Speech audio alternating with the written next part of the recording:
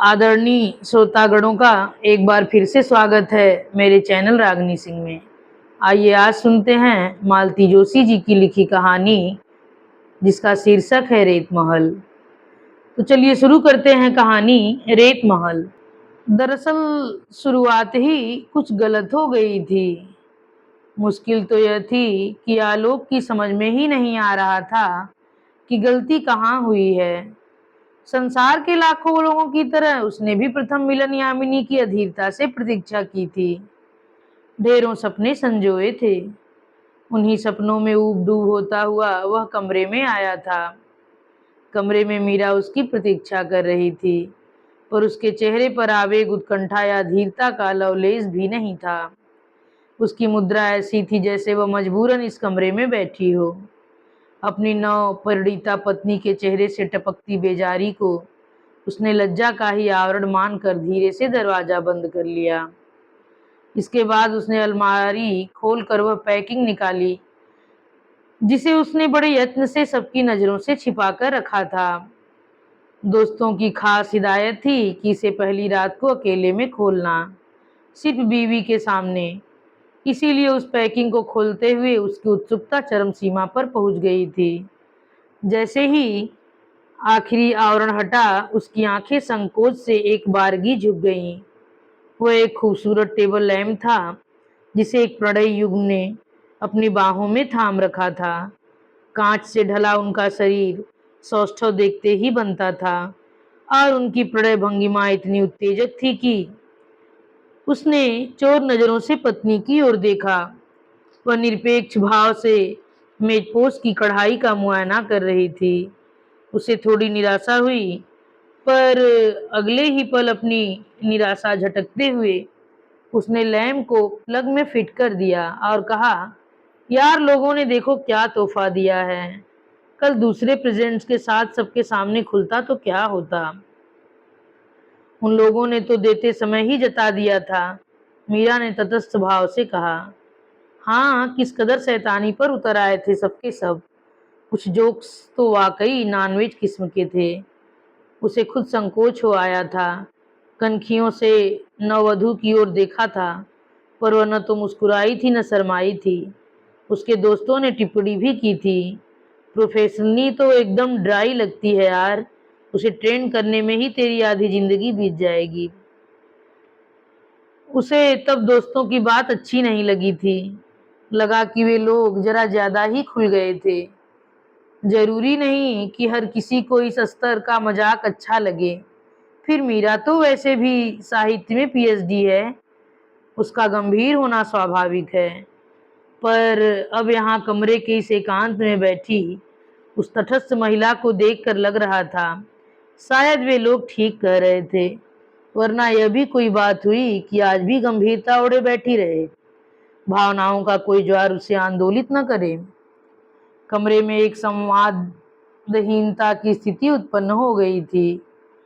कुछ तो उस सन्नाटे को तोड़ने के लिए और कुछ माहौल बनाने के लिए आलोक ने कहा, तुम्हारी सहेलियों ने तुम्हें कोई चुलबुला तोहफा नहीं दिया? मेरी सहेलियां अब फुर्सत में थोड़े ही हैं। अपने बाल बच्चों को लेकर कब से ससुराल में रच बस गई हैं।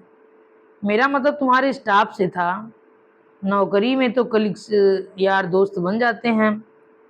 मैंने अपने स्टाफ को इनवाइट ही नहीं किया। क्या बात करती हो? सच कह रही हूँ, गुंजाइश ही कहाँ थी। दोनों बहनों के ससुराल वालों से और भाभी के पीहर वालों से ही घर भर गया था। ऊपर से इतनी लंबी चौड़ी बारात थी। मेरा स्टाफ उस भीड़ में कहाँ खड़ा होता, कौन उनकी आवभगत करता। यह चोट अप्रत्याशित थी। आलोक तिलमिला उठा। उसका मन हुआ अभी पापा के सामने जाकर खड़ा हो जाए और कहे, आपने तो अपनी जीत पूरी कर ली, अब आइए और अपनी बहुरानी के मुखारविंद से झरते वचनों को बटोर लीजिए। आलोक का शुक्र से आलोक का शुरू से आग्रह था कि विवाह समारोह बहुत सादा हो, कन्या पक्ष के यहाँ गिने चुने लोग ही जाएं, बाकी लोगों के लिए छोटा मोटा रिसेप्शन दे दिया जाए।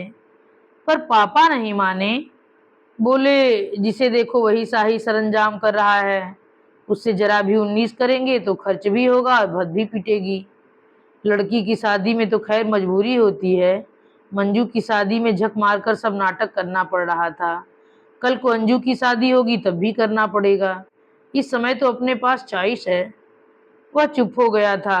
किसी और की शादी होती तो वह जिद पर अड़ जाता, पर अपनी शादी में हंगामा करना उसे अच्छा नहीं लगा। फिर मम्मी पापा इस बात पर राजी हो गए थे कि बारात का आकर आकार बहुत छोटा होगा, फालतू भीड़ नहीं होगी। पर ऐसा कहाँ है। पापा के दोस्त, मम्मी के कलीग्स, मंजू के स्कूल कॉलेज के दोस्त और दफ्तर वाले, इनके अलावा नाते रिश्तेदार, अड़ोसी पड़ोसी, सबको वहीं तो पहुंचना था।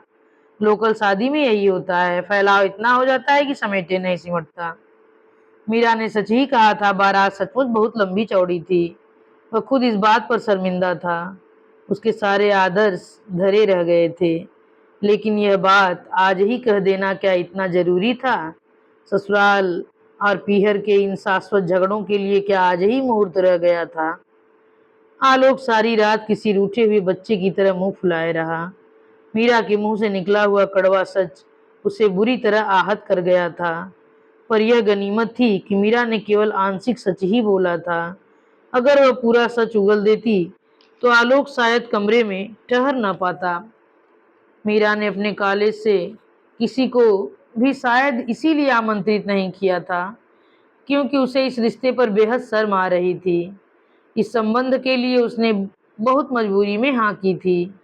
परिवार वालों पर अपना आक्रोश जताने का एक ही तरीका उसके पास था कि अपने हिस्से के सारे कार्ड्स उसने माँ और भाभी के सामने फाड़कर चूल्हे में झोंक दिए थे। उसके लिए घर वर ढूंढने का पवित्र कर्तव्य भैया भाभी बड़ी तत्परता से निभाते थे। हर 4-6 महीने बाद एक नामाकुल सा रिश्ता लेकर उपस्थित हो जाते थे। फिर खूब चकचक होती, बहसबाजी होती और दोनों मुंह फुलाकर चले जाते। अगले 6 महीने तक इधर का रुख न करते। फिर किसी दिन अलग गृहस्थी बसा लेने का अपराध बोध उन्हें कचोटने लगता और वे वर्ष संशोधन में जुट जाते। यदि इस बार मीरा ने हाँ न की होती तो यह क्रम शायद सदियों तक चलता रहता। 4 महीने की लंबी चुप्पी के बाद इस दिन भैया भाभी अवतीर्ण हुए थे। हमेशा की तरह उनके हाथ में एक बहुत बड़ा प्रपोजल था और वे उसकी प्रशंसा में गदगद हुए जा रहे थे। लड़का बीकॉम एलएलबी है, सेक्रेटेरिएट में यूजीसी है, साल 2 साल में ऑफिस सुपरिटेंडेंट बन जाएगा। तरक्की करता चले तो एक दिन अंडर सेक्रेटरी भी बन सकता है। पिता पंचायत विभाग में थे, अब पेंशन ले रहे हैं। माँ टीचर हैं, क्वार्टर माँ के नाम है। उनके रिटायर होने पर लड़के के नाम हो जाएगा। 2 बहनें हैं, एक की शादी हो गई है, दूसरे के पैर में थोड़ा है, वह शादी नहीं हो पा रही है। उसी की आस में लड़का इतने दिन कुंवारा बैठा रहा। वैसे वह लड़की भी किसी कंप्यूटर सेंटर में काम कर रही है। अम्मा तो वर्णन सुनकर जैसे निहाल हो गईं। उनकी प्रसन्नता देखकर ही मीरा के तन बदन में आग लग गई। बोली, अम्मा तुम्हारा बस चले तो मुझे किसी चपरासी से भी ब्याह दोगी। तो तुझे ब्याहने अब कौन सा राजकुमार आएगा, मैं भी तो सुनूं। अम्मा, राजकुमार मुफ्त में नहीं मिलते, उनके लिए बोरी भर रुपए खर्च करने होते हैं जो मेरे पास नहीं है। और राजकुमार ऐसे वैसों को नहीं ब्याहते, उन्हें तो परी चाहिए, परी। भैया की बात तो वह जैसे तैसे जब्त कर गई थी, पर भाभी की बात सूल जैसी गड़ गई। तिल मिलाकर बोली, भाभी परी नहीं हूं मैं, पर इतनी बदसूरत भी नहीं कि ढंग का लड़का न मिले। तुम्हारी तरह समय से शादी हो जाती तो मैं भी अपना रूप रंग सहेज कर रखती, पर मेरा सब कुछ तो अम्मा की गृहस्थी ने सोख लिया है। मेरी आधी उम्र तो इसी गोरख धंधे में निकल गई है। कोई ऐसी 50 की नहीं हो गई है जो इतनी हाय तौबा मचा रही हो। 50 की हो जाऊंगी तो तुम्हारे लिए अच्छा रहेगा। फिर हर साल 6 महीने बाद इस तरह का टुटपुजिया रिश्ता लाने की जहमत नहीं उठाने पड़ेगी। ओह, आई से स्टॉप इट। भैया जोर से दहाड़े, क्या कंजरों की तरह लड़ रही हो। और बिट्टो, एक बात साफ सुन लो, 4 लोग टोकते हैं इसीलिए यहाँ चला आता हूँ, वरना मुझे अपमानित होने का कोई शौक नहीं है। अगर तुम्हारा यही रवैया रहा तो आगे से इस झंझट में नहीं पड़ूंगा। बड़ी मेहरबानी होगी। मीरा ने कोहनी तक दोनों हाथ जोड़ लिए। भैया तुनक्कर बाहर जा खड़े हुए। भाभी ने आंचल फैलाकर अम्मा के पैर छू लिए। क्या करे अम्मा जी, हमारा तो बहुत मन करता है, पर किसी को हमारा यहाँ आना सुहाता ही नहीं है, तो क्या करें। अम्मा बिसुरती हुई भाभी को असीसती रहीं। मीरा से यह नाटक और नहीं झेला गया। वह कमरे में चली गई। वहां खड़ी रहती तो शायद भाभी का मुंह नोच लेती। पूरी जादूगरनी है। आते ही भैया पर ऐसा जादू किया कि 3 महीने के भीतर अलग गृहस्थी बसा ली। उन दिनों अम्मा इसीलिए भैया की शादी से कतराती थी। शायद जानती थी कि ऐसा ही होगा, पर नाते रिश्तेदारों ने तो कोंचना शुरू किया कि क्या लड़के को बूढ़ा कर दोगी। बाद में तो भैया खुद इधर उधर कहते सुने गए कि मेरा जन्म तो बाप की गृहस्थी पार लगाने के लिए हुआ है। उन दिनों मेरा बीए के दूसरे वर्ष में थी। उसी ने पहल किया और आग्रह किया, मैं तो एमए करके ही शादी करूंगी, तब तक भैया को क्यों रोका जाए। भाभी के पिता भी तब कितनी चिकनी चुपड़ी बातें करते थे। बहन जी चिंता क्यों करती हैं, दोनों मिलकर कमाएंगे तो आपका घर भर देंगे। अच्छा घर भरने आई थी और उनकी बेटी यहाँ का भी सब ढोकर ले गई। मीरा का भगवान ही जानता है कि उसने कैसे अपनी पढ़ाई पूरी की है। नौकरी के लिए उसने कितने पापड़ बेलने पड़े हैं। आज भैया बोरी भर रुपयों की बात करते हैं। पिछले 10-12 सालों में वह कितना रुपया कमा चुकी हैं, पर अम्मा की गृहस्थी और अम्मा की दुनियादारी निभाने में सब खर्च हो गए। बड़ी बहनों को तो भैया से कभी एक ढेले की भी आस नहीं रही। तीज त्योहार सब मीरा ही निपटाती रही है। स्कूटर स्टार्ट होने की आवाज से मीरा ने जाना कि भैया भाभी चले गए हैं। भीतर आते ही अम्मा ने उसे आड़ों हाथ से लिया। बेचारा कहाँ कहाँ से रिश्ते ढूंढ कर लाता है, और तू ऐसी नासुकरी है कि कभी सीधे मुंह बात नहीं करती। तेरे मन में क्या है आखिर पता तो चले। तू कब तक मेरी छाती पर मूंग दलती रहेगी। तेरी वजह से यहाँ पड़ी हूँ। तू एक बार दफा हो जाए तो बेटे के घर बैठकर आराम से पोते पोती खिलाऊंगी। पता नहीं मेरी तकदीर में वह दिन लिखा भी है या नहीं। ज्यादा ऊंचे सपने मत देख अम्मा। तुम क्या सोचती हो वे लोग तुम्हें सर आंखों पर बिठा लेंगे, तुम्हारी रोज आरती उतारेंगे, तुम्हारे पैर धो धो कर पिएंगे। इस धोखे में मत रहना अम्मा। 2 ही दिनों में उनके तानों से तुम्हारा कलेजा छलनी हो जाएगा। तो तू कौन सा मुझे निहाल किए दे रही है। मीरा अवाक होकर देखती रह गई। स्थितियां उसकी सहन शक्ति के बाहर न हो गई होती तो शायद मीरा अब भी शादी के लिए हाँ न करती, पर और अधिक अवमानना सहना उसके लिए कठिन हो गया था। वह इस घर में आई थी अपनों से तिरस्कृत होकर, आहत और अपमानित होकर, पर यहाँ वालों ने उसे हाथों हाथ लिया, प्यार के आवेग से उसे सराबोर कर दिया। दोनों नंदे उसके आगे पीछे डोलती रहीं। मंजू की दोनों लड़कियां उसका पल्लू थामे रहती। सास हरदम उसकी इच्छा का मुंह जोहती रहती। पापा जी दूर से ही लाड़ जताते, कभी कोई मिठाई लाते, कभी कोई मैगजीन ले आते। एक दिन तो ये बच्चों के लिए पिक्चर की टिकट ही खरीद कर ले आए। सास ने तो उस दिन उलाहना भी दिया था, बहू रानी के लिए अपनी ओर से पिक्चर का प्रोग्राम बन रहा है। मेरी लड़कियों ने तो जब भी सिनेमा के लिए पैसे मांगे हैं डांट ही मिली है। अम्मा होती तो इस बात पर महाभारत हो जाता, पर उसने देखा सास के उलाहने में कोई कड़वाहट नहीं थी। वह हंस रही थी जैसे यह कोई मजाक हो, और अंजू मंजू भी उस मजाक का पूरा लुत्फ उठा रही थी। वह जैसे पूरे घर की चेतना का केंद्र बनी हुई थी, और आलोक वह तो उसके आगे पीछे बिछा जा रहा था। उतने प्यार की तो उसने कभी कल्पना भी नहीं की थी, न ही उसे इसकी आदत थी। तीसरी कन्या के रूप में जन्म लेने का अपराध किया था उसने, इसलिए घर में सदा अनादर ही मिला। फिर उसके जन्म के 2-3 साल बाद ही बाबूजी को कंपलसरी रिटायरमेंट का दंड भुगतना पड़ा। इस दुर्घटना के लिए भी उसे ही दोषी ठहराया गया। वे 2-3 साल बड़े कसाले में बीते। तब माँ का रोष रह रहकर उस पर ही उतरता था। भैया की नौकरी के बाद हालत कुछ सुधरी तो बाबूजी चल बसे। फिर दोनों लड़कियों की शादी की चिंता ने अम्मा को जर्जर कर दिया। दोनों बड़ी बहनों की शादी के बाद अम्मा का आक्रोश झेलने के लिए घर में वही रह गई थी। तब एक क्षीण सी आशा थी कि भैया की शादी के बाद वातावरण में कुछ बदलाव आएगा, पर बहू का सुख माँ 3 महीने भी नहीं भोग पाई और भैया अलग हो गए। इस घटना ने माँ और बेटी दोनों को कड़वाहट से भर दिया। दिन भर ठनी रहती, 24 घंटे वह घर और बाहर खट रही थी, पर प्यार के 2 बोल उसके लिए दुर्लभ थे। और यहाँ तो अनायास इतना सारा प्यार उसकी झोली में आ गया था कि उसकी समझ में नहीं आ रहा था कि इसका क्या करें।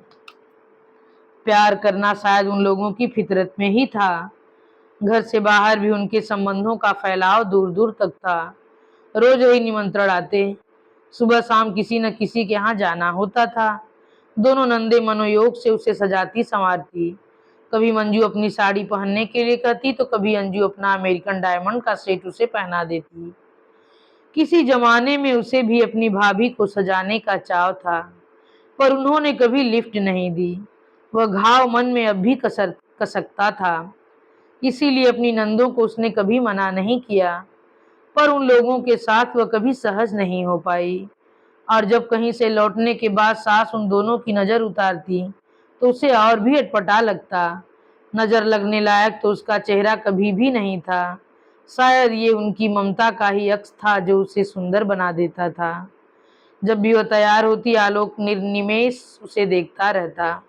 उसकी वह पलक चितवन उसे विचलित कर जाती। जब कहीं से लौटकर वह निढाल होकर पड़ जाती तो वह पास बैठकर उसके गाल सहलाता, बालों पर हाथ फेरता, बार बार पूछता, थक गई ना। एक दिन उसने कह ही डाला, मैं थकती नहीं हूँ जी, दरअसल बोर हो जाती हूँ। आई नो, इतने सारे अजनबियों को झेलना बहुत कठिन होता है, मैं जानता हूँ, पर थोड़े ही दिनों की बात है, फिर ये लोग अजनबी नहीं रह जाएंगे। ये लोग हमारे बहुत अपने हैं, इसीलिए तो मना करते नहीं बनता। मुझे तो लग रहा है कि मेरी छुट्टियां बर्बाद हो रही हैं। सिर्फ यहाँ वहाँ खाना खाने के लिए घर बैठने की क्या जरूरत थी। कहीं जाना चाहती हो? S if it is a possible. बहुत मुश्किल में डाल दिया था मीरा ने। आलोक को तो मम्मी पापा से बात करते संकोच हो रहा था। शादी में कोई खास हंगामा नहीं किया गया था, फिर भी उसका और पापा का दोनों के खाते खाली हो गए थे। इसलिए छुट्टी लेकर वो चुपचाप घर में बैठ गया था। पर अब जबकि मीरा ने खुद इच्छा जाहिर की है, अंजू ने बड़ी समझदारी से इस समस्या को हल किया था। बोली, पापा मेरी एफडी तोड़ दीजिए, कोई आज ही मेरी शादी नहीं हो रही है, जिस दिन होगी देखा जाएगा। उस दिन क्या दादा हाथ पर हाथ धरे बैठे रहेंगे। 10,000 रुपए लेकर आलोक मीरा को बंबई घुमाने ले गया। उसे आशा थी कि घर से दूर जाकर मीरा के मन में प्रसुप्त प्रणय भावनाएं जाग उठेंगी, पर उसे तो निराशा ही हुई। मीरा तो घर से दूर इसलिए आई थी कि इतने लोगों के निरंतर संग साथ से उसे घबराहट होने लगी थी। उसका दम घुटने लगा था। बंबई से लौटते हुए आलोक का मन चाहे भारी रहा हो, पर वह काफी हल्का महसूस कर रही थी। वहां से वह खाली हाथ भी नहीं आई। मम्मी पापा, अंजू मंजू, रिंकी पिंकी सबके लिए उपहार लाई थी। सास तो एकदम धन्य हो गई। 10,000 खर्च हो गए, कोई बात नहीं, बहू में कुछ चेतना तो जागी, नहीं तो अब तक तो सारा वन वे ट्रैफिक ही चल रहा था।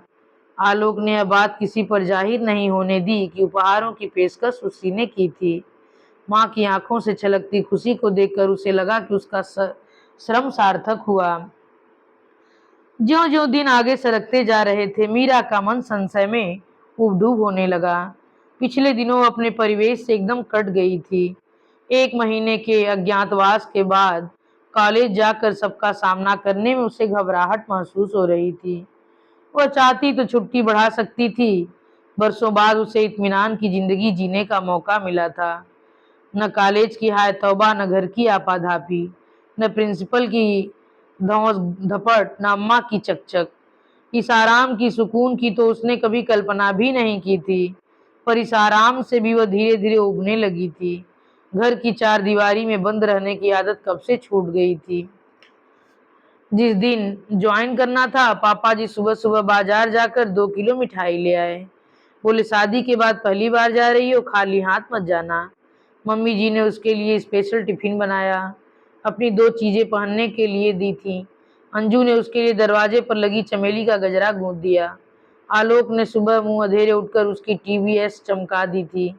सबने मिलकर उस दिन को एक उत्सव का रूप दे दिया था। इतना हंगामा तो उस दिन भी नहीं हुआ जिस दिन उसने पहली बार नौकरी ज्वाइन की थी।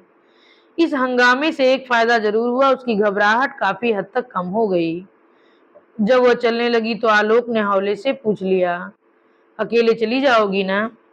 नौकरी को कितने साल हो गए जानते हैं?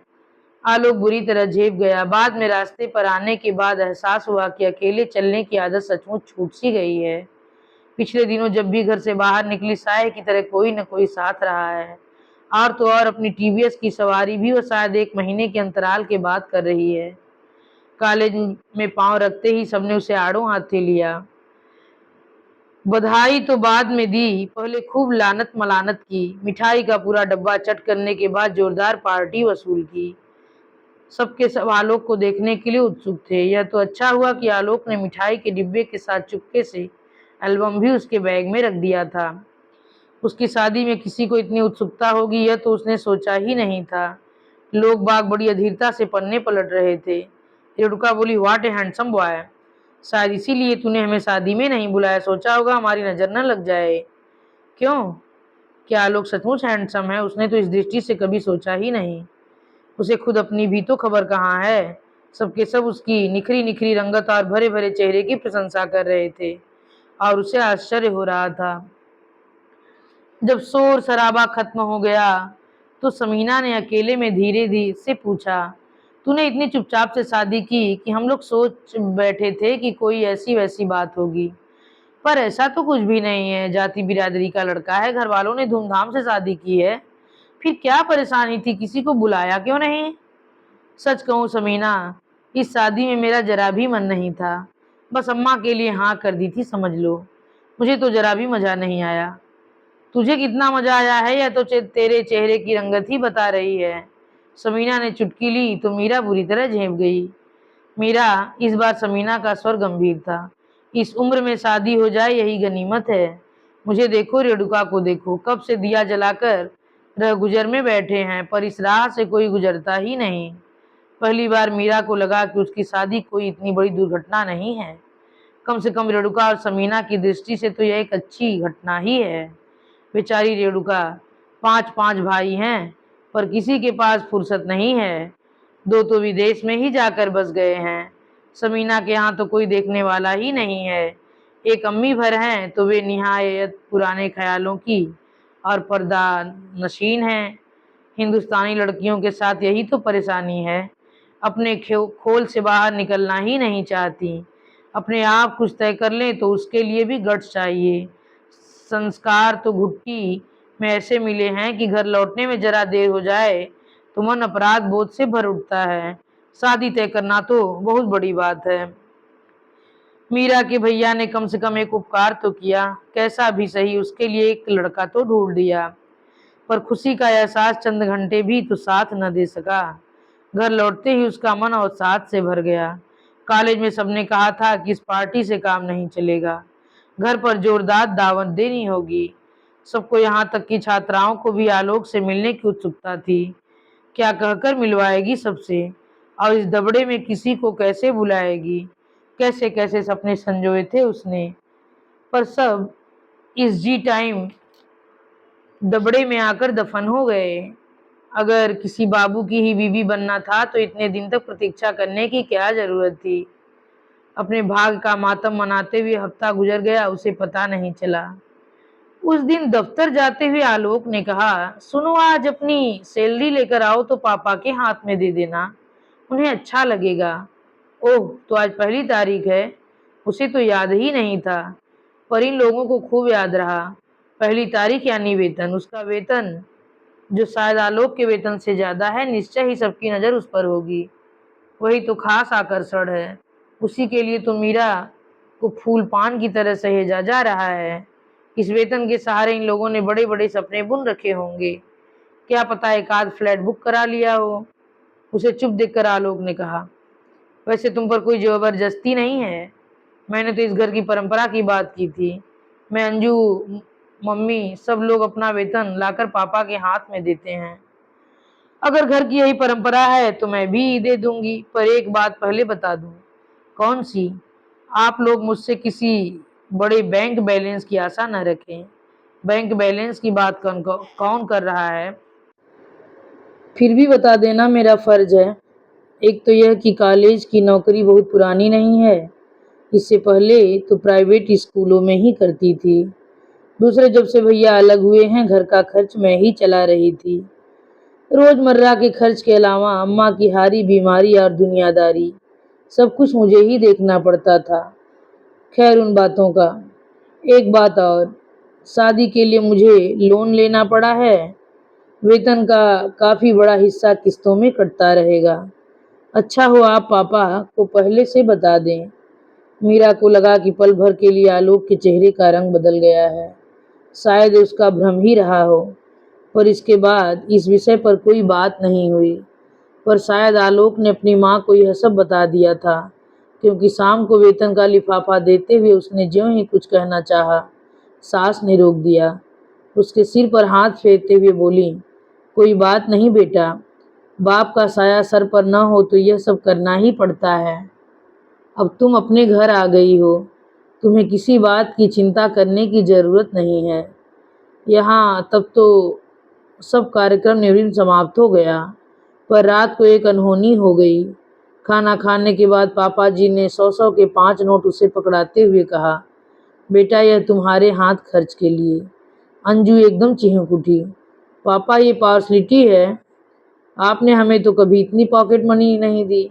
बेटे तुम घर की लड़की हो, पापा जी बोले, जरूरत हो तो मुंह खोलकर मांग सकती हो, पर वो पराई लड़की तो ऐसा नहीं कर सकती ना।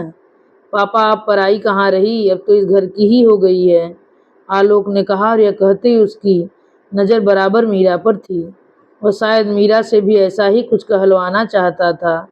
मीरा चुप ही बनी रही, तब भी गनीमत थी, पर उसने वे पैसे ससुर के आगे रखते हुए कहा, पापा जी अभी आप इन्हें रखे रहिए, चाहिएंगे तो बाद में मांग लूंगी, अभी तो अपनी जरूरत भर के लायक मैंने निकाल लिए थे।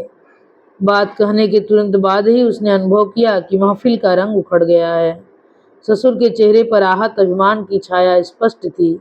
अंजू और मम्मी दबे पांव वहां से चली गई थी, और आलोक वह तो कमरे में जाते ही बरस पड़ा था। इतनी सत्यवादी बनने की क्या जरूरत थी? पापा क्या तुमसे हिसाब मांग रहे थे? अपनी समझ से मैंने कोई गलत काम नहीं किया है, सच ही बोला है। सच बोलते समय दूसरों का अपमान करना क्या जरूरी है? देखो मैंने जानबूझकर किसी का अपमान नहीं किया। सच तो यह है कि मुझे इस तरह की परंपराओं की आदत नहीं। सुबह जब मुझे उस परंपरा के बारे में बताया था, इसके बारे में भी बता देते, तब किसी का मान भंग नहीं होता। शादी के बाद खुल्लम खुल्ला यह पहली झड़प थी। दोनों 8 दिनों तक एक दूसरे से मुंह फुलाए बैठे रहे। घर के और लोग भी 2 दिन तक उससे कटे कटे रहे, पर वो अपने रोष में ऐसी डूबी रहे कि उसे पता ही न चला। 5-6 दिन बाद घर के बाकी लोग तो सामान्य हो गए थे, पर मीरा का मूड उखड़ा उखड़ा ही रहा। तब सास ने अपने ढंग से योजना बनाई। शादी के बाद केवल एक बार 3-4 दिन के लिए पीहर गई थी। सास ने सोचा हो सकता है अपनों के बीच जाकर उसका मन बहल जाए, इसीलिए उसने आलोक के साथ ठेल ठाल कर उसे माँ के पास भेज दिया। अगर संभव होता तो मीरा इस सदा सहता को साफ नकार देती, पर उसे संकोच हुआ। इन अजनबी लोगों से वह कैसे कहे कि वह घर जो उसका पीहर हो सकता था, अब नाम शेष हो चुका है। भैया को पता नहीं क्या जल्दी थी कि मीरा की शादी के 15 दिन बाद ही अम्मा को सामान समेत उठा ले गए। मीरा को भैया के घर से कभी भी लगाव नहीं रहा, बल्कि चिढ़ ही थी। पर एक बार भोजन का निमंत्रण आया था तो मजबूरी में जाना पड़ा। अम्मा बहुत खुश नजर आ रही थी। उस समय तो उनकी खूब आवभगत हो रही थी, पर मीरा जानती थी कि यह 4 दिन की चांदनी है। 6 महीने बीतते न बीतते भाभी अपनी वाली पर उतर आएंगी, और तब मीरा चाहकर भी कुछ न कर पाएगी। अम्मा की गृहस्थी पर तो भाभी का कानूनी हक था, पर मीरा का सामान भी भाभी ने अपने कब्जे में कर लिया था। सबका सब उठा लाने की बेशर्मी तो वह कर नहीं सकती थी, पर इस बार गई तो अपनी खास खास चीजें जैसे पुस्तकें, कैसेट, गरम कपड़े और कुछ 100 पीसेज उठा लाई। 2-in-1 भैया ने खुद उठाकर दे दिया। सारा सामान पलंग पर पटक कर वह असमंजस में पड़ गई, इन सबको रखूंगी कहाँ? वैसे तुम यहाँ दूसरा सामान यहाँ से उठवा लो तो अब भी काफ़ी स्पेस निकल आएगी। आलोक ठीक कह रहे थे। कमरे में एक लकड़ी का बड़ा रैक था और उसमें दुनिया भर के पैकिंग्स पड़े हुए थे। मीरा ने उन्हें खोल खोल कर देखने का भी कष्ट नहीं किया था। खोला तो उसमें से किचन की जरूरत का सारा सामान निकल आया।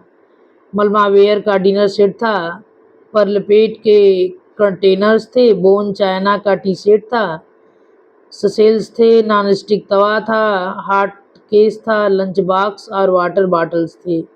भाभी ने अपनी समझ से काफ़ी कुछ दिया था, शायद इसीलिए मीरा ने उस सामान को अनदेखा कर दिया था। उसने सारा सामान सास के सामने ले जाकर रख दिया। अभी लाई हो? उन्होंने पूछा। नहीं, शादी में ही भाभी ने दिया था, खोलने का समय ही नहीं मिला। सास हैरत से उसे देखती रह गई। कैसी लड़की है यह, इसे अपना सामान देखने का भी ललक नहीं है। वे खुद इतनी उत्सुक हो उठी थी पर बहू के सामने अपने अधैर्य का प्रदर्शन नहीं करना चाहती थी। पर अंजू ने उनकी मुश्किल आसान कर दी। उसे तो इस तरह का परहेज बरतने की कोई जरूरत नहीं थी। उसने सारे बक्से खोल डाले और सामान फर्श पर बिछा दिया। उसके उत्साह का अंत नहीं था। उसने उसी शाम किचन की सारी सजावट बदल डाली। वैसे भी मीरा की सास बहुत सुघड़ थी। उनकी रसोई बड़े करीने से सजी हुई थी। पीतल के, स्टील के, एल्युमिनियम के, प्लास्टिक के जो भी डिब्बे थे साफ सुथरे और ढंग से लगे हुए थे। अचार के मर्तबान झालरदार कपड़ों से बंधे हुए थे। छोटा मोटा सामान कांच की सुंदर शीशियों में रखा हुआ था। अंजू ने ये सारे संस्कार माँ से विरासत में पाए थे। अपनी 1.5 टांगों पर उचक उचक कर उसने सारा सामान ऐसी खूबसूरती से फिट कर दिया कि किचन की काया ही पलट हो गई। मीरा वहां खड़ी होकर उसका हाथ बटा रही थी। अंजू का उत्साह देखकर वह सोच रही थी कि काश इसकी शादी हो जाए तो ये अपनी गृहस्थी कितने शौक से सजाएगी।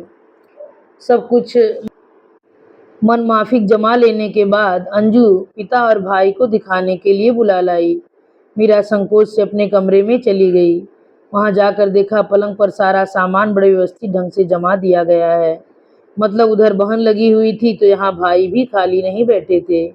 यह उत्साह और उमंग लोग कहाँ से ले आते हैं। उसे तो लगता है जैसे उसका सब कुछ निचुड़ गया हो। आलोक कमरे में आते ही बोला, वाह, तुमने तो किचन का रूप ही बदल डाला। सब अंजू की करामात है। मम्मी पापा इतने खुश हो रहे थे, जानती हो क्यों? इतने दिनों तक तुमने सामान नहीं खोला था तो वे समझ रहे थे कि तुम्हारा अलग रहने का इरादा है। कहीं कहीं ऐसा भी होता है ना? कहीं कहीं क्यों, हमारे घर में ही हुआ था। हमारी भाभी तो अपना सामान लाई ही नहीं थी। अलग होने के बाद उनके पिताजी सब कुछ नए घर पहुंचा आए। मीरा, एक बात कहूँ, कभी कभी कोई खास चीज अपने हाथ से बनाकर खिलाया करो, पापा बहुत खुश होंगे। उसे इतना ताव आया, यह आदमी हर बात में पापा की आड़ क्यों लेता है, खुद भी तो कह सकता है। उसने कहा, खास बात तो मुझे कुछ ही नहीं आता, आप कहें तो रोज का खाना बना दिया करूंगी। मैं कहूँ तो बनाओगी? तुम्हें अपने से कभी इच्छा नहीं होती? आलोक ठीक ही कह रहे थे। शादी के बाद से रसोइयों में उसका दखल नहीं के बराबर था। कभी कभार चाय बना दी या सब्जी काट दी, बस। बाकी दोनों वक्त का खाना अंजू की मदद से मम्मी ही बनाती थी। उन्होंने मुंह खोलकर कभी मीरा से कहा नहीं, न मीरा ने कभी अपनी ओर से पहल की। एक बात साफ साफ कह दूं, आलोक का चौंकना स्वाभाविक था। मीरा की साफ साफ बातों से उसे खौफ होने लगा था। फिर भी कहा, बोलो। बात यह है कि 14 साल की उम्र से, यानी कि छोटी जीजी की शादी के बाद से खाना बना रही हूँ। इसीलिए खाना बनाना अब मेरे लिए रूटीन हो गया है। उसमें शौक जैसी कोई बात ही नहीं रह गई है। रसोई और गृहस्थी इतनी छोटी उम्र से मेरे गले पड़ गई कि अब उसमें नयापन नहीं लगता। सारा उत्साह ही खत्म हो गया है। आलोक ने गहरी सांस भरकर विषय को वहीं समाप्त कर दिया। हाँ, इस वार्तालाप का इतना असर अवश्य हुआ कि शाम का खाना मीरा ने अपने जिम्मे ले लिया। उसके लिए तो यह एक फर्ज अदायगी भर थी, पर परिवार ने उसे हर तरह से नवाजा। उसकी बनाई मटर पनीर की सब्जी पड़ोस में भेजी गई। पकौड़ी वाली कढ़ी खाने के लिए अंजू अपनी सहेलियों को न्योताई। हर आने जाने वाले से पापा कहने लगे, पुलाव बनाना तो कोई हमारी बहू से सीखे। उसे लगता जैसे घर वाले उसकी तारीफ करने पर तुल गए हैं। दीपावली पर उसने घर में अल्पना दी तो देखने के लिए सारी बिल्डिंग को बुला लिया गया। आलोक के सुझाव पर उसने पापा के लिए स्वेटर बुना तो पूरे मोहल्ले में नुमाइश कराए। अंजू के जन्मदिन पर आलोक एक महंगा सूट ले आया था, पर नाम उसने मीरा का ही बताया। सारी सखियों में अंजू की भाभी अपनी चॉइस और जेनरस नेचर के लिए मशहूर हो गई। आलोक पत्नी को परिवार में प्रतिष्ठित करने के लिए जी जान से जुटा हुआ था। परिवार वाले भी उसे अपने में समा लेने की प्राणपण से चेष्टा कर रहे थे, पर वह जल में कमल पत्र की भांति अलग थलग ही बनी रही। इस तरह टूट का प्यार करना तो उसने कभी सीखा ही नहीं था। स्नेह का उचित आदान प्रदान न हो तो उष्मा के स्रोत भी सूखने लगते हैं। मीरा को जितना अपनाने का प्रयास किया गया, उतना ही वह दूर छिटकती गई। अंजू की उम्र तो यह सब जानने समझने की नहीं थी। पापा जी तो पुरुष थे, इतनी महीन दृष्टि पुरुषों के पास होती भी नहीं है। पर आलोक की माँ धीरे धीरे गहरी हताशा में डूबने लगी। वे जब तक बेटे का चेहरा पढ़ने का प्रयास करती, उन्हें अपने सुख दुख की परवाह नहीं थी। अपनी जिंदगी तो वे जी चुकी थी, बस बेटा खुश बना रहे। पर क्या वह सचमुच खुश था? दिन इसी तरह निरापद बीत रहे थे, पर एक सुबह वातावरण अचानक खुशनुमा हो उठा। सुबह की चाय के बाद मीरा को जोर की उबकाई आई। बाथरूम से लौटी तो पसीने से तरबतर थी। आलोक तो एकदम घबरा गया, पर मम्मी जी के चेहरे पर अरसे बाद एक मुस्कुराहट तैर गई। बहू की पीठ धीरे धीरे सहलाते हुए उन्होंने दो चार जरूरी सवाल पूछ डाले और तत्काल दोनों की छुट्टी का ऐलान कर डाला। छुट्टी तो आलोक भी लेना चाहता था, पर उसे डांट डपट कर ऑफिस भेज दिया गया। 10 बजे दोनों सास बहू मेडिकल चेकअप के लिए चल पड़ी। शरीर और मन जब निढाल हो तो किसी का भी स्नेहिल स्पर्श और मनुहार भरा स्वर जादू का सा काम कर जाता है। मीरा का मन भी सास के प्रति एकदम तरल हो उठा था, पर सरकारी अस्पताल के गलियारे में उसे बेंच पर बैठकर अपनी बारी की प्रतीक्षा करते हुए उसका मूड फिर उखड़ने लगा था। शादी के बाद उसने भी शिशु के जन्म के सपने देखे थे, पर उसकी कल्पना का वर्तमान चित्र से कोई तालमेल नहीं बैठ रहा था। उसे अपने भाग्य पर चिढ़ हो आई। उसका सोचा कुछ भी क्यों नहीं हो पाता, हर बार उसे निराशा ही हाथ क्यों लगती है। आया ने बड़ी देर के बाद बेहद बदतमीजी लहजे में जब पहले उसका नंबर और बाद में उसका नाम पुकारा, तो उसे जैसे आग लग गई। उस आग में सुलगती हुई भीतर दाखिल हुई। सास बड़े उत्साह से सारा ब्यौरा दे रही थी, पर खुद उसने सारे प्रश्नों के उत्तर बड़ी बेरुखी से दिए। डॉक्टर तो फिर सरकारी अस्पताल वाली ही थी, उसने भी सास की मीठी बोली का लिहाज नहीं किया। परिणाम यह हुआ कि अस्पताल से लौटते हुए वह शरीर और मन दोनों से बुरी तरह आहत थी। अपने शरीर में होने वाले इस अंकुरण के प्रति वह अभी ठीक से पुलकित भी न हो पाई थी कि उसे इस सारे व्यापार से तिसड़ा हो गई। घर लौटकर वह कमरे में पस्त होकर पड़ी रही। सोच रही थी कि खाने का बुलावा आएगा तो साफ इनकार कर देगी, पर सास ने उसे बुलाया ही नहीं। कमरे में ही गरम गरम उपमा बनाकर दे गई। यही नहीं, 4 बजे पापा जी को भेजकर उसके लिए ताजा खस्ता कचौड़ी भी मंगवा दी। इस लाड़ प्यार के बावजूद उसका मन रूठा ही रहा। आलोक जब दफ्तर से लौटा तब भी वह अलगाई सी बिस्तर में पड़ी हुई थी। उसकी जूठी प्लेटें अब तक पलंग के नीचे पड़ी भिन भिना रही थीं। उन्हें अनदेखा कर आलोक ने कहा, मैंने कहा बधाई हो। मीरा ने करवट बदल कर उसकी ओर देखा। मीरा की आंखों को देखकर आलोक की आंखों में झिलमिलाती दीपमाला भी मलिन पड़ गई। किस बात की बधाई? अभी अभी बताना पड़ेगा। इसमें बधाई की क्या बात है? हर घर में शादी के बाद यही सब तो होता है। मेरे घर में तो यह पहली बार हुआ है और तुम्हारी तरह विद्वान नहीं हूँ कि खुश होने वाली बात पर भी मुंह चढ़ाकर बैठ जाऊं। ये विद्वान वाला जुमला चुभने वाला था। मीरा ने तिलमिलाकर कहा, मेरे विद्वान होने न होने से क्या फर्क पड़ता है? मेरे साथ भी तो वही सब हो रहा है जो औरों के साथ होता है। आलोक से धुन कर रह गया। इस औरत को तो शायद कभी समझ नहीं पाएगा। थोड़ी देर बाद बुझे स्वर में उसने कहा, मम्मी कह रही थी कुछ जरूरी टेस्ट करवाने हैं, कब चलना है? सुबह जाना होगा, परेशान ना हो, मैं चली जाऊंगी। और सुबह वो सचमुच अकेले ही निकल जाएगी, इसका किसी को इल्म भी न था। आलोक तो उस समय बाथरूम में था। मीरा ने रसोई में झाँक कर सास को इत्तला भर दिया और चल पड़ी। सुबह सवेरे घर से निकलने का एक कारण यह था कि वो अपनी एक कलीग के यहाँ छुट्टी की एप्लीकेशन देना चाहती थी। वहां से चली तो सीधे डॉक्टर आभा वर्मा की क्लिनिक के पास आकर रुकी। कॉलेज आते जाते अक्सर यह बोर्ड उसने देखा था, शायद इसलिए दिमाग में रजिस्टर हो गया था। यहाँ भी शायद वो जल्दी ही आ गई थी। अभी साफ सफाई ही चल रही थी। सुप्रथा की रिसेप्शनिस्ट आ गई थी और उसका नाम सबसे ऊपर लिख गया था।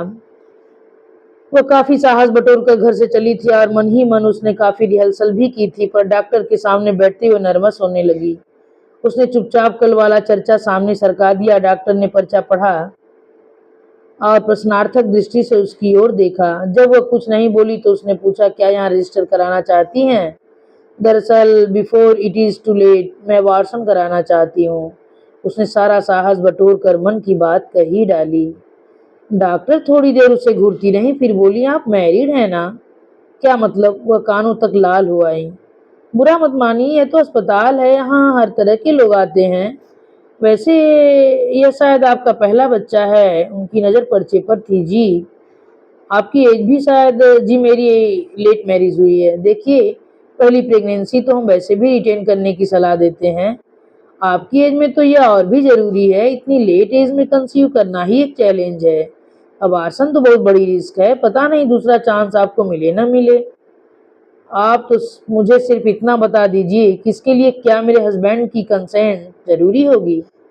ये तो बात की बात है। पहले मैं चाहूंगी कि आप मेरी बात पर एक बार फिर से गौर कर लें। अभी डॉक्टर की बात पूरी ही नहीं हो पाई थी कि मीरा शिष्टाचार को ताक पर रखकर उड़ गई। वह यहाँ भाषा सुनने नहीं आई थी। वह तो बिना किसी शोर शराबे के इस जंजाल से मुक्त होना चाहती थी।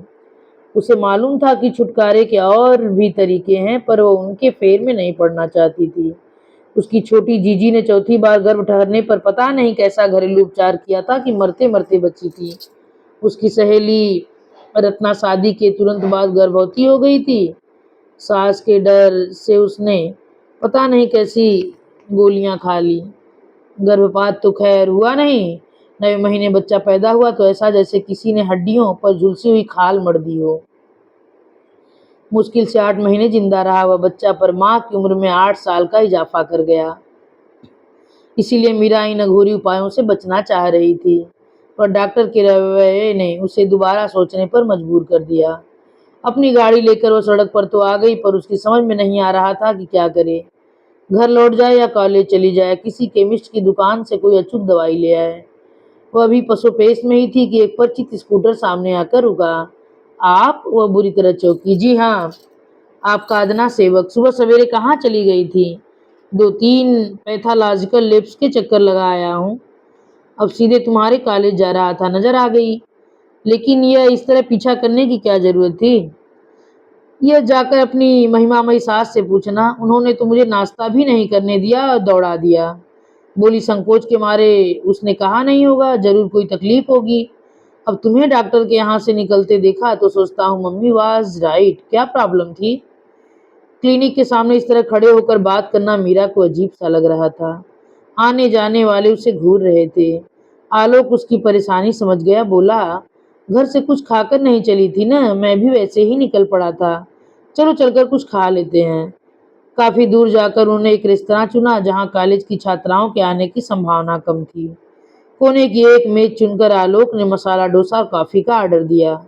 फिर इत्मीनान से बैठते हुए कहा, हाँ अब बताओ डॉक्टर ने क्या कहा? डॉक्टर क्या कहेंगी, जो कुछ कहना था मुझे ही कहना था। मतलब? मैं अबॉर्शन करवाने गई थी। क्या? आलोक तो एकदम सत्ते में आ गया। सरकारी अस्पताल में बच्चा जनने से तो अच्छा है बच्चा पैदा ही न किया जाए। क्या सिर्फ यही कारण है? मीरा कुछ नहीं बोली। अपने मन को वह खुद भी तो ठीक से जान नहीं पाई है। आलोक को क्या बताएगी? देखो, सरकारी अस्पताल का तो ऐसा है। बड़ी देर बाद आलोक ने बुझे बुझे स्वर में कहा, मम्मी के अपने बच्चे भी वहां पैदा हुए। मंजू को भी वहीं दिखाया था, इसीलिए तुम्हें वहां ले गई। पर जरूरी तो नहीं कि डिलीवरी भी वहीं हो। मसलन जिस अस्पताल में तुम अबॉर्शन करवाना चाहती हो वहां डिलीवरी भी तो हो सकती है। डिलीवरी सारी समस्याओं का अंत तो नहीं है, बल्कि वह तो शुरुआत है। क्या हम एक नई जिम्मेदारी लेने लायक हैं? तुम तो हो। मेरी बात जाने दो। मैं भी इस समय जिम्मेदारियां बढ़ाने की मन स्थिति में नहीं हूँ। आलोक थोड़ी देर निर्निमेष उसे देखता रहा, फिर बोला, जैसी तुम्हारी मर्जी, लेकिन एक रिक्वेस्ट है, मेहरबानी करके कहीं अकेले मत चली जाना। हाँ, एक बात और, मम्मी से भी इस विषय में बात मत करना प्लीज, मैं बाद में उन्हें समझा दूंगा। उस दिन इस विषय पर फिर दोनों में कोई बातचीत नहीं हुई थी, पर अगली सुबह आलोक उससे भी पहले तैयार हो गया। मीरा से कुछ भी पूछे बिना उसने घर में ऐलान कर दिया, मम्मी आज हम लोग जरा जल्दी निकल जाएंगे, डॉक्टर के यहाँ होते हुए जाना है। इस घोषणा के बाद पूरा घर हरकत में आ गया। पापा जी ने अपना नहाना मुलतवी करके मीरा के लिए बाथरूम खाली कर दिया। अपना पूजा पाठ अधूरा छोड़कर मम्मी पराठे उतारने लगी थी। जब तक मीरा नहा धोकर तैयार हुई, अंजू कमरे में 2 प्लेटें लगाकर दे गई थी। तुम्हारा इस समय कुछ खाना शायद ठीक न होगा, अंजू भाभी के लिए 1 गिलास दूध ले आओ। कल रात से आलोक ने सारी कमान अपने हाथ में ले रखी थी। मीरा के लिए सोचने समझने का, कहने सुनने का काम भी वही कर रहा था। उसी की बदौलत वह सास की नजरों में तैरते प्रश्नों से किनारा कर सकी। चलते समय उसने जैसे ही अपनी गाड़ी की चाबी उठाई, आलोक ने टोक दिया, इस समय मेरे साथ चली चलो, लौटते समय न होगा तो टैक्सी कर लेंगे। इस तरह आंखें फाड़ कर क्या देख रही हो, लौटते समय तुम क्या ड्राइव करने की स्थिति में रहोगी? वह बुरी तरह झेप गई। आलोक ठीक ही तो कह रहे थे, लौटते समय पता नहीं क्या दशा हो। उसके लिए तो यह पहला अनुभव था। कैसा लगता होगा अपने शरीर के एक अंश को कहीं होम कराना। काश वह मम्मी जी से इस बारे में कुछ कह सुन पाती, थोड़ा हौसला तो मिलता। पर मम्मी जी की प्रतिक्रिया पता नहीं क्या होती। एक मधुर संभावना की आशा में वे उसके आगे पीछे डोल रही हैं। सच जान लेंगी तो उनका रुख कुछ दूसरा ही होगा। तभी तो आलोक ने कहा था, प्लीज मम्मी सभी कुछ मत कहना, मैं बाद में समझा दूंगा। आलोक के पीछे स्कूटर पर बैठकर जाते हुए बेहद नर्वस हो रही थी, जैसे दुनिया में एकदम अकेली हो गई है। ऐसा कोई नहीं है जो उसे हौसला दे सके, सांत्वना दे सके। अम्मा से तो इस तरह का संबंध कभी रहा नहीं। एक यह पति था, पर कल की घोषणा के बाद तो वह भी अपना नहीं रहा। उसने आलोक की ओर देखा, कितने मनोयोग से स्कूटर चला रहा था। कल रेस्तरां में जब उसने वह बेतुकी बात कह दी थी तो यह शख्स कितना टूट गया था, कैसे बिखर गया था। आज उसके माथे पर सिकन तक नहीं है। उसने एक बार भी तो नहीं कहा कि वो अपने फैसले पर पुनर्विचार कर ले, बल्कि खुद आगे बढ़कर सब कुछ करवाने पर तुला है। ठीक तो है, उसे क्या फर्क पड़ता है।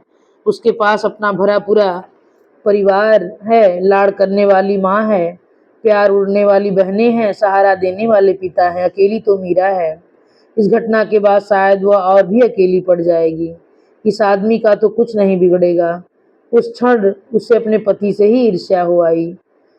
हुई माँ एकाएक इतनी जोर का धक्का लगा कि वह उछल कर गिरने को हुई। बड़ी मुश्किल से अपने को संभाल पाई। सारी वेरी सारी। आलोक भी स्कूटर से उतर आया था। पता नहीं किस धुन में था कि इतना बड़ा स्पीड ब्रेकर भी नजर नहीं आया। कमबख्त ठीक से मार्किंग भी तो नहीं करते हैं। स्पीड ब्रेकर सचमुच काफी बड़ा था। तुम ठीक तो हो ना? तुम्हें कहीं चोट तो नहीं आई? आलोक बार बार पूछ रहा था। उसकी व्यग्रता पर उसे हंसी आ रही थी। बोली, आपके सामने 1 पीस खड़ी तो हूँ। नहीं, मेरा मतलब था, संकोच के मारे वह बात पूरी न कर सका। अगर वैसी भी कोई बात हो तो क्या फर्क पड़ता है, हम लोग उसी काम के लिए तो जा रहे हैं। वह बात अलग है, जो कुछ भी हो ढंग से हो। अब चलें या ऐसा करते हैं कि ऑटो ले लेते हैं? न बाबा, स्कूटर ही ठीक है। ऑटो वाले तो मरे ऐसा चलाते हैं कि अंजर पंजर ढीले हो जाते हैं। स्कूटर पर पुनः यात्रा प्रारंभ हुई, पर इस बार आलोक अतिरिक्त सावधानी बरत रहा था। एक एक पत्थर बचाकर गाड़ी निकाल रहा था। मीरा को पति पर एकाएक ममता हो आई। उसे आज तक किसी ने ऐसे सहेजा नहीं था। गाड़ी जैसे ही डॉक्टर आभा वर्मा के क्लिनिक के पास रुकी, मीरा ने टोक दिया, नहीं, यहाँ नहीं। क्यों?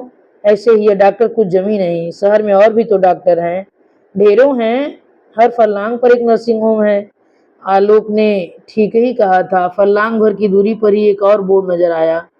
15 मिनट की प्रतीक्षा के बाद वे डॉक्टर के सामने थे। कहिए, वो क्या है कि अभी आते आते एक छोटा सा एक्सीडेंट हो गया। डर है कहीं कुछ? कितने दिन हो गए हैं? यही कोई 7 वीक्स। वैसे तो कुछ तो होना नहीं चाहिए, फिर भी चलिए देख लेते हैं। जैसे वे दोनों भीतर जाने के लिए उठी, आलोक ने टोक दिया, मैडम ये नर्वस हो रही है, इसीलिए सच बोलने से हिचक रही है। दरअसल हम लोग ये प्रेगनेंसी टर्मिनेट कराने आए हैं। डॉक्टर ने चकित होकर एक बार मीरा की ओर देखा, फिर आलोक से पूछा, आपके पहले कितने बच्चे हैं? This is the first one. फिर हमारी कुछ पर्सनल प्रॉब्लम्स हैं, यही समझ लीजिए कि अभी तक हम ठीक से सेटल नहीं हुए हैं, इसीलिए ये ज़िम्मेदारी उठाने के काबिल नहीं हैं। क्या आपकी वाइफ़ भी यही सोचती हैं? मीरा बुद्ध बनी खड़ी रही। उसने कोई जवाब नहीं दिया। देखिए मिस्टर, मर्द के लिए बच्चा पैदा करना एक स्ट्रगल हो सकता है, पर औरत के लिए it is much more than that. It is not only physical attachment, it is an emotional involvement also. औरत के लिए बच्चा क्या होता है, आप मर्द लोग कभी समझ नहीं पाएँगे। ख़ासकर इस उम्र में पहले बच्चे को खोने का दर्द तो इट इज़ बियॉन्ड इमेजिनेशन। मैं चाहती हूँ आप इस बात पर अपनी वाइफ़ के नज़रिए से भी गौर फरमाएँ। मैडम, हम लोग घर से खूब सोच समझ कर ही निकले थे। आप तो मुझे बस इतना बता दीजिए कि मुझे कहाँ-कहाँ दस्तखत करने होंगे और यह भी कि अंदाज़न कितना खर्च आएगा, ताकि मैं बैंक जाकर इंतज़ाम कर सकूँ। यह सब तो बात की बातें हैं। पहले मैं चाहूँगी कि आप लोग घर जाकर खूब अच्छी तरह सोच विचार कर लें। 4-5 दिन में कोई फ़र्क नहीं पड़ेगा। फिर भी आप चाहें तो मैं यहाँ क्लिनिक खोलकर बैठी हूँ, पर हर चीज़ का एक इंसानी पहलू होता है। You must honour the sentiments of your partner. दोनों दंदनाते हुए बाहर निकल आए। सड़क पर आते ही आलोक गुर्रा कर बोला, यह क्या पागलपन है? तूने तो डॉक्टर की नज़र में मुझे विलेन ही बना डाला। पता नहीं क्यों यह बच्चा मुझे अपना सा लगने लगा है और मुझे इस बच्चे से बेइंतहा नफरत हो गई है। नफरत क्यों? क्योंकि यह हमारे प्यार की निशानी नहीं है। प्यार तो हमारे बीच कभी रहा नहीं। तुम सिर्फ मजबूरी निभाती रही है और मैं उसे तुम्हारा एहसान मानकर झेलता रहा। इस रिश्ते को कोई भी नाम नहीं दिया जा सकता है सिवा प्यार के। मीरा अद्भुत सी पति को देखती रही। मैं समझ गया था कि सरकारी अस्पताल का तो बहाना था, उस बहाने तुम स्थितियों का मखौल उड़ा रही थी। आक्रोश जताने का तुम्हारा ये अपना ढंग था। जिस समय तुमने अबार्सन की बात सोची होगी, तुम्हारा नफरत शायद अपने चरम पर होगी। मीरा ने सिर झुका लिया। मीरा, हम लोग अमीर नहीं हैं, कभी भी नहीं थे, पर धन के अभाव को हमने परस्पर प्यार से पूरा किया है। मेरी माँ ने यह घरौंदा स्नेह के धागों से बुना है। उसने तुम्हें भी अपने में समो लेना चाहा। तुम्हारी संतान को भी वो ममता के अंक से भर लेंगी, पर मैं अपनी माँ के साथ छल नहीं करना चाहता। किसी की नफरत का अंश गोद में लेकर वह ममता की डूब होती रहे, यह मुझे कभी अच्छा नहीं लगेगा। अपनी बात समाप्त करते करते आलोक ने घड़ी देखी। 11 बज चुके हैं। क्या इरादा है? घर जाओगी या कॉलेज? स्कूटर से छोड़ दूं या ऑटो से चली जाओगी? उसका स्वर इतना निरपेक्ष था कि मीरा सिहर उठी। और आप? मैं तो सीधे दफ्तर जाऊंगा। एक दिन की छुट्टी जाया करने में क्या तुक है? मीरा का मन अभिमान से भर उठा। उसका अंतस 100 झंझावतों से जूझ रहा था और इस आदमी को अपनी छुट्टी की पड़ी है तो ठीक है, यही सही। आप दफ्तर जा रहे हैं ना? हाँ, कोई काम था? काम क्या होगा, बस यही कि जाने से पहले जरूरी कागजों पर दस्तखत करते जाइए। मेरी छुट्टी का तो आज तीसरा दिन चल रहा है। और साड़ी का पल्लू मुंह में ठूस कर वो नर्सिंग होम के कॉरिडोर में अंतर्ध्यान हो गई। और इन्हीं अंतिम शब्दों के साथ यह कहानी यहीं पर समाप्त होती है। आप सभी श्रोतागणों से मेरा विनम्र अनुरोध है कि अगर यह कहानी आप लोगों को पसंद आए तो कृपया मेरे चैनल को सब्सक्राइब, वीडियो को लाइक और कमेंट करके बताना मत भूलिएगा कि कहानी आप लोगों को कैसी लगी। फिर से धन्यवाद।